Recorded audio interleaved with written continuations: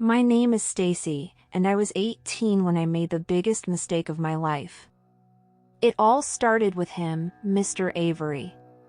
He wasn't a teacher, not really, but he was always around the school, volunteering for things, helping with the drama club, even though his kids had graduated years ago. He was handsome, I guess, in a kind of tired way. Salt and pepper hair, a nice smile, and eyes that seemed to look right through you. Everyone said he was a good guy, a pillar of the community. They also said he was married, happily married, with 2 grown children. I knew all that. But I was 18, and 18-year-olds sometimes do stupid things. It started innocently enough. He'd compliment my acting in the school play, or my essays in English class. "Stacy, you have a real talent," he'd say, and my cheeks would flush. No one had ever really noticed me before, not like that. I was just Stacy. Average and invisible. But Mr. Avery saw something. He saw me. Then came the texts. At first, they were about school stuff. "Did you get the updated rehearsal schedule, or the play is really coming along? Good job." Then they shifted. "You looked beautiful on stage tonight." And then, "Are you busy Friday? I know a great little Italian place downtown." My stomach did a flip-flop. He was married. I knew it, everyone knew it. But the way he looked at me, the way his texts made me feel special. I told myself it was just dinner. A thank you, maybe, for all my hard work with the drama club. Harmless, right? I wore my favorite blue dress, the one that made my eyes pop. I even put on a little extra makeup, trying to look older, more sophisticated. He picked me up in his fancy black car. He smelled of cologne and something else, something I couldn't quite place, but it made me a little dizzy. Dinner was normal, at first. We talked about school, about my plans for college, about his work. He listened intently, his eyes fixed on me. He made me laugh. He made me feel like the most important person in the room. I almost forgot he was married. Almost. Then, after dessert, he changed. The air in the car got thick. He didn't take me straight home. Instead, he drove to a secluded spot overlooking the city lights. The view was beautiful, but my stomach was churning. "Stacy," he said, his voice lower, huskier than before. He turned to me, his hand resting on my knee. His touch felt cold, even through the fabric of my dress. "You're a remarkable young woman." My heart hammered against my ribs. I tried to pull away, but his grip tightened, not painfully, but firmly. "Mr. Avery, I really should go home."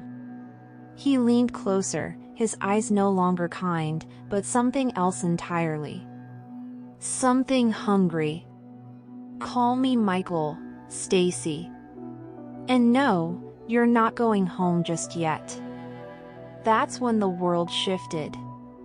It wasn't a gentle shift, like a car turning a corner. It was a violent jolt, like the entire universe had decided to hiccup. The city lights outside the window flickered and stretched, becoming long, blurry streaks of color, like paint running down a canvas. The interior of the car, once familiar and comforting, started to warp. The plush seats seemed to breathe, the leather rippling like water. The air grew heavy, like I was breathing in molasses. "What's happening?" I whispered, my voice trembling. He just smiled, a thin, cruel line that stretched too wide. His teeth looked sharper in the dim, shifting light. "Just enjoying the ride, Stacy."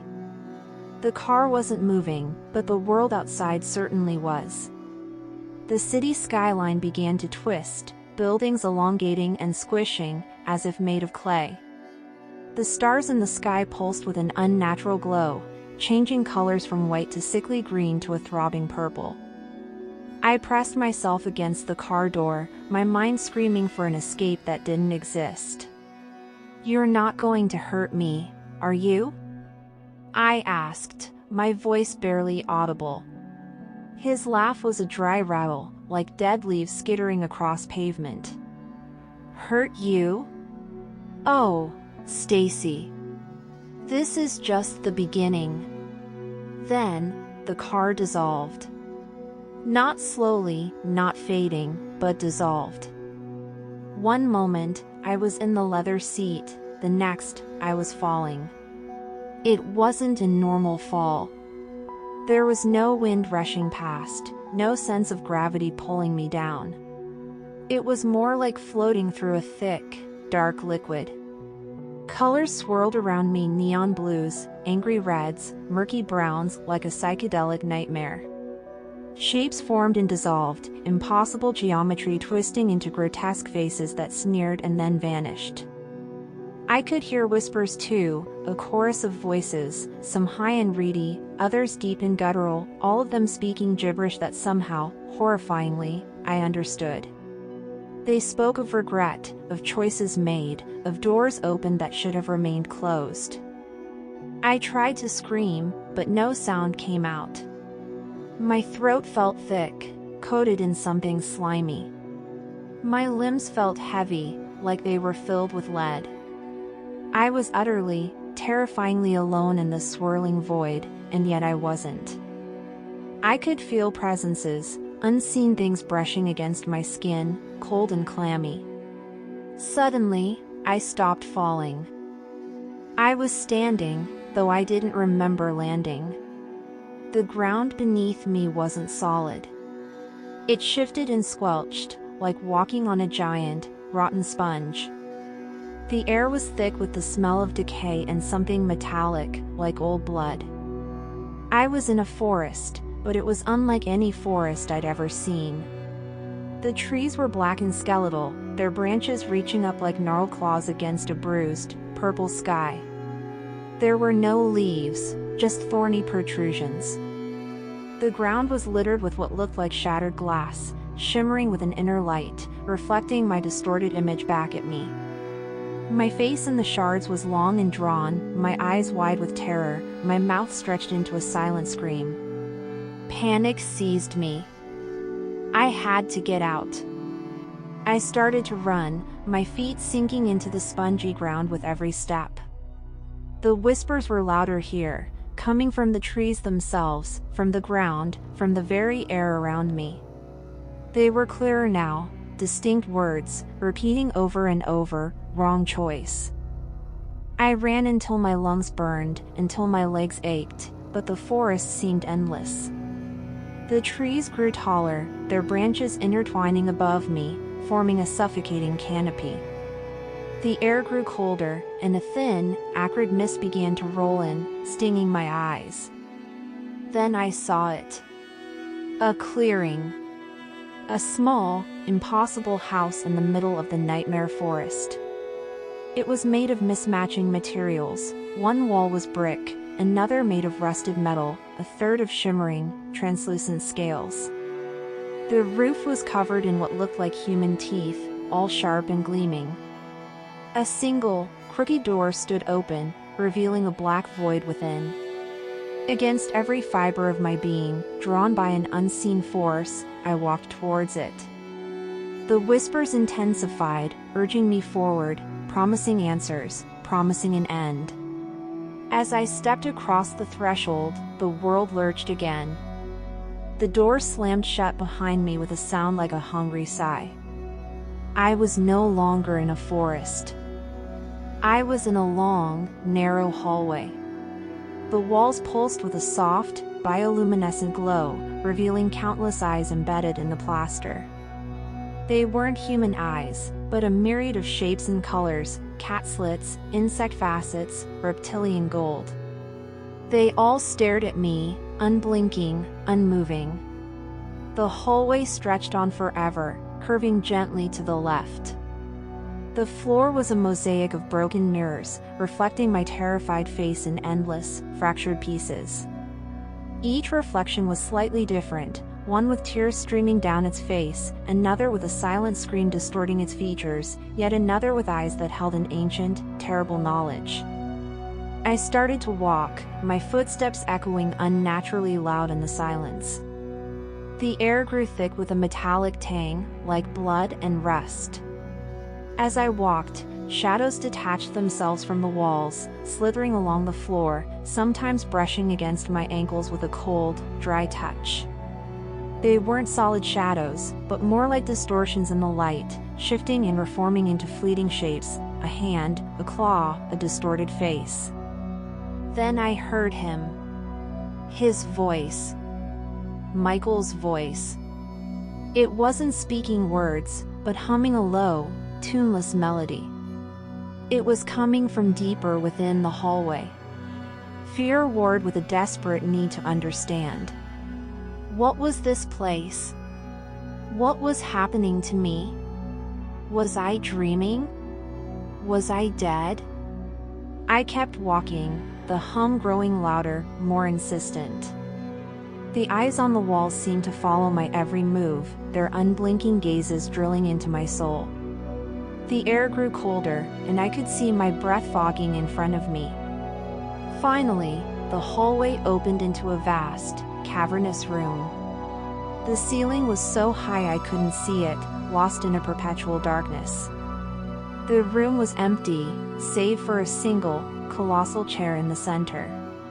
It was made of carved bone, intricate and terrifying. And sitting in it, hunched over, was Michael. But he wasn't Michael. Not really. His skin was stretched and translucent, revealing the pulsing network of veins beneath. His eyes were huge, black orbs, reflecting the distorted light of the room. His mouth was a gaping maw, wider than any human mouth, filled with rows upon rows of needle-sharp teeth. His hands, resting on the bone armrests, were skeletal, ending in long, razor-sharp talons. He was no longer the handsome, tired man I had met. He was something ancient, something monstrous. The humming stopped. His black eyes fixed on me. And a voice, not the one I knew, but a deep, resonant rumble that vibrated through my very bones, spoke. "Welcome, Stacy. You've finally arrived." I stumbled back, my legs threatening to give out. "What are you?" He leaned forward, his grotesque face filled with something that looked like amusement. "I am what you called. What you invited. I am the consequence." "Consequence? Of what?" I cried, tears finally streaming down my face. "Of the choice you made," he rumbled, his voice echoing through the vast space. "Of the door you opened. You sought what was not yours. You desired what was forbidden. And in doing so, you stepped into my world." He raised a clawed hand, and the shadows in the room writhed. Images flickered in the darkness around him. Me, laughing with him at dinner, getting into his car, reading his text messages, a small, secret smile on my face. Each image was distorted, stretched, and grotesque, mirroring the horror of my current reality. "Every choice has a ripple," he continued, his voice a low thrum. "Some are small. Others tear holes in the fabric of reality. You, Stacy, tore a rather large hole." He stood up then, and the sheer scale of him was terrifying.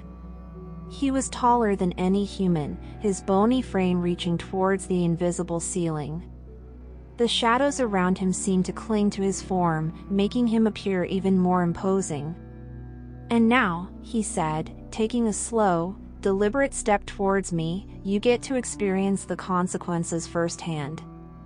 The monstrous figure lunged, its clawed hand reaching for me. I squeezed my eyes shut, bracing for the impact, for the pain, for whatever horrific fate awaited me in this twisted reality.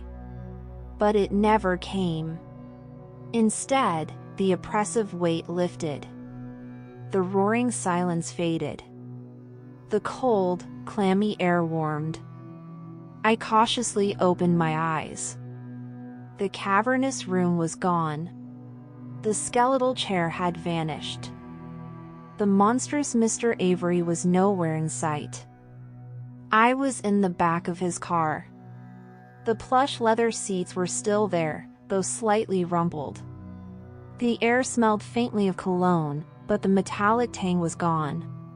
The city lights twinkled peacefully outside the windows, no longer stretched and distorted. A sharp, stabbing pain shot through my head.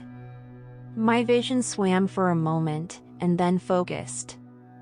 I felt groggy, disoriented, like I was waking from a very bad dream. Then I saw him. Mr. Avery. He was leaning over me, his face close, too close. His breath smelled sickly sweet, and his eyes held a strange, glazed-over look. My stomach lurched with a wave of nausea and a dawning, horrifying realization. He was getting off me. His movements were clumsy, hurried. My dress was wrong. Pulled up. Torn. Blinding headlights flooded the car, momentarily illuminating the scene in stark relief. Another vehicle had pulled up behind us, its engine idling. Panic, raw and visceral, surged through me. The surreal nightmare, the monstrous transformation, it hadn't been real, not in the way I thought. It had been something else. Something he had done to me. I scrambled away from him, my body stiff and sore. My head throbbed relentlessly. I tasted something bitter in my mouth. He had drugged me at dinner. That sweet drink he had insisted I try. He turned towards the sudden intrusion of light, cursing under his breath. This was my chance. With a surge of adrenaline, I fumbled for the door handle. It felt slick and unfamiliar in my trembling hand. I pulled, and it finally gave way. I stumbled out of the car, my legs shaky and uncoordinated. The cool night air hit my face, a stark contrast to the suffocating heat of the hallucination. The ground felt solid beneath my bare feet. I didn't look back. I ran. I ran as fast as my weakened body would allow, away from the car, away from him, towards the blurry lights of the road. My breath hitched in my throat, sobs threatening to overwhelm me. The image of the monstrous Mr. Avery, the whispering forest, the endless hallway, it all replayed in my mind, a terrifying echo of what my drugged mind had conjured. But now, overlaid on that horror, was the sickening reality of his betrayal, his violation. I ran until my lungs burned and my vision blurred with tears. I didn't know where I was going, but anywhere was better than there. Anywhere was safer than in that car with him.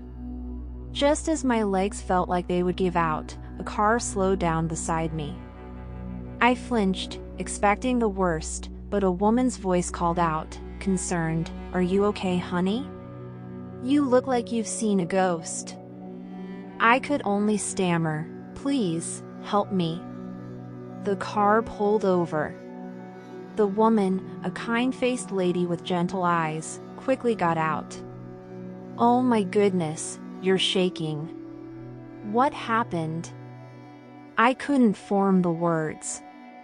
The tears came in a fresh torrent. She seemed to understand though. Without another question, she helped me into her car. "We're going straight to the hospital," she said, her voice firm but reassuring. The hospital was a blur of bright lights and hushed voices. Doctors, nurses, and then the police. I recounted my story in fragmented sentences, the details of the surreal hallucination mixed with the terrifying reality of Mr. Avery and what he had done. They listened patiently, their faces grim. Tests were done, and I answered countless questions, my voice raw and hoarse. They took down Mr. Avery's information, and I saw the determined glint in the officer's eyes. He was a pillar of the community, they had said. Now, he was a suspect. The police confirmed that an investigation is underway. They are looking into Mr. Avery, and I'm told my statement and the evidence from the hospital are crucial. It's an overwhelming process, but knowing that action is being taken brings a small measure of relief. The world feels a little less tilted now, though the fear lingers like a phantom limb. I'm safe, for now. I'm getting help, and I have people who believe me. If anyone's interested, I can share an update on how things progress.